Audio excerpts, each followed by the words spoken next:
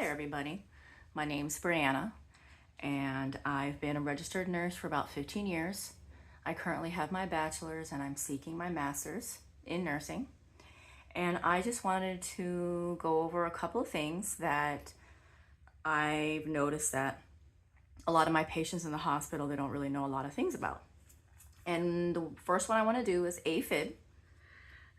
It is a heart condition that involves an irregular rhythm. There are a lot of heart conditions that involve irregular rhythms, and AFib is one of them. It stands for Atrial Fibrillation. And so basically, I think in order to kind of understand AFib, I want to talk about the heart on a whole, and its function and how it works. So basically, our heart is a pump. It moves blood throughout our body in order for it to deposit oxygen to our organs and pick up oxygen from our lungs. So our heart, we have two top chambers and two bottom chambers. These are atrium and these are the ventricles. These are where the blood is going to come into the heart, and then it squeezes, and then it's going to flow down here. So basically, our heart is full of electrical currents, conductions, and that's what these little spots are here. They're special little tissue fibers that conduct electricity throughout our heart. There's a little node here, a node here, and then some fibers along the lines, and electricity is moved throughout our heart in this manner. So whenever our heart is pumping, when you hear like the doo-doom, doo-doom, doo-doom, that's what's happening. It's the electricity is doing its job on our heart. It's squeezing, doom, doom, doom, doom, doom, doom, doom, doom. So the atrium squeezes, and then blood flows, gets pushed down into ventricles, and then the ventricles squeeze, and then the blood is pushed into the areas that it's supposed to go to.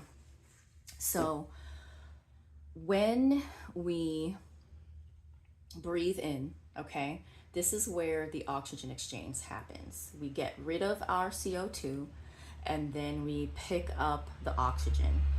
So as you can see here, the red is represented by blood that is carrying oxygen, and the blue is represented by blood that is no longer carrying oxygen anymore. It's carrying CO2.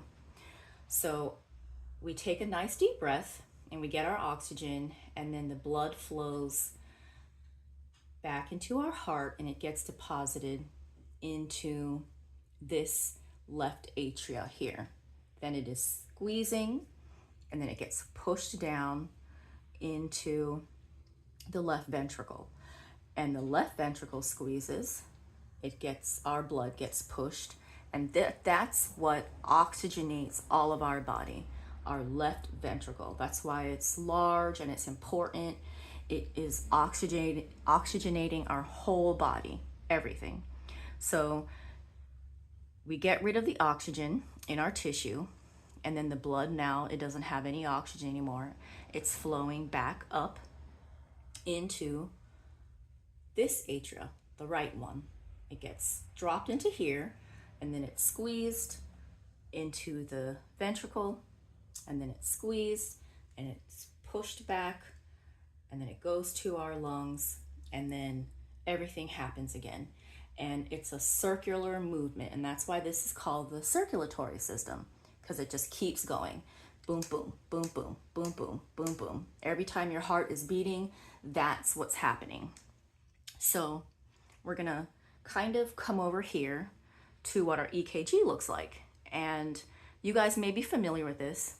This here represents one full cycle of what's going on electrical wise in our heart.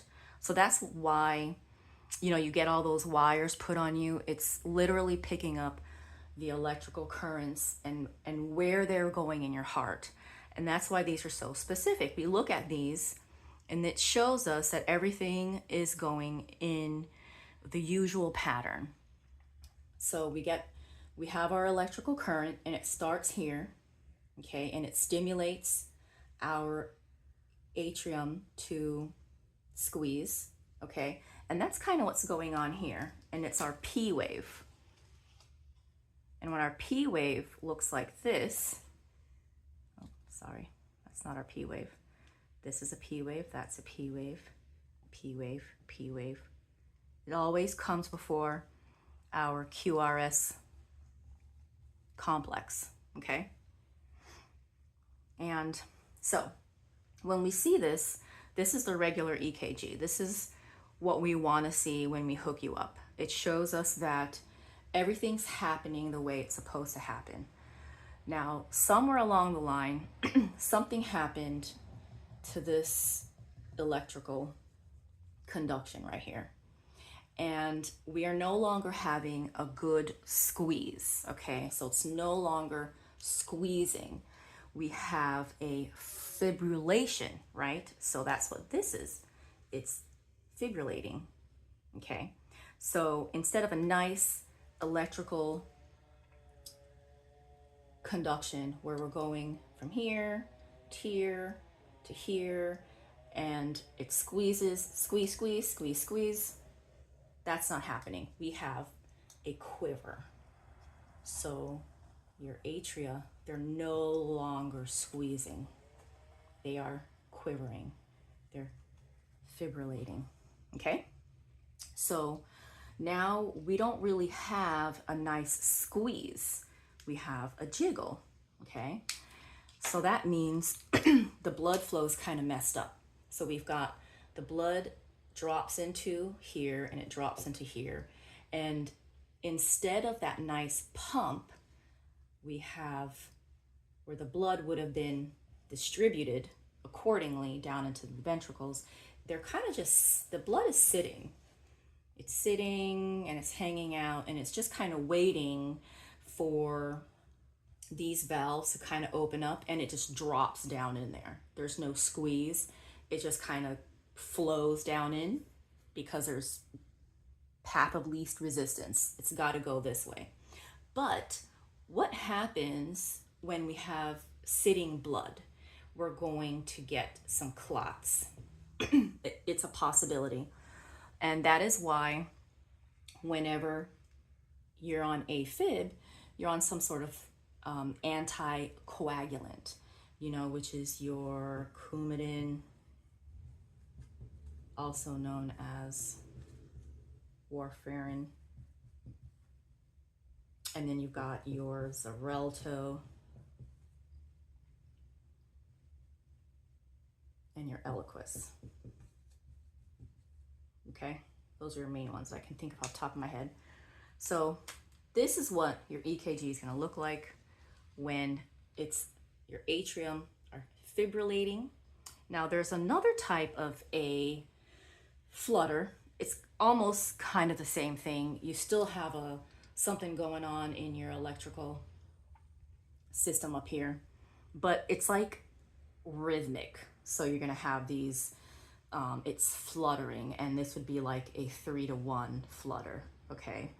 And sometimes you can have a 2, you know, it all depends. So you could be on blood thinners for the rest of your life, or I'm sorry, I should call them anticoagulants, for the rest of your life to stop this problem. Because if a clot were to come down here, right, and then it's gonna flow, it's gonna go with the flow. So then we're gonna have a clot that can possibly, you know, you can get like a DVT, get a clot stuck there, you can get a clot that decides to come up into your lungs, so you got a clot there, you can get a clot up in your brain. So that's the risk, or clots. You're also gonna be on like a rhythmic type of drug. So you could be, a lot of people get on the LOLs, the beta blockers, metope, metoprolol, sotalol,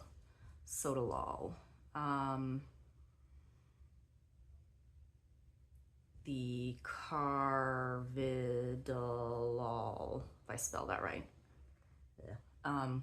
So these are going to help try to get your electrical system to beat accordingly again.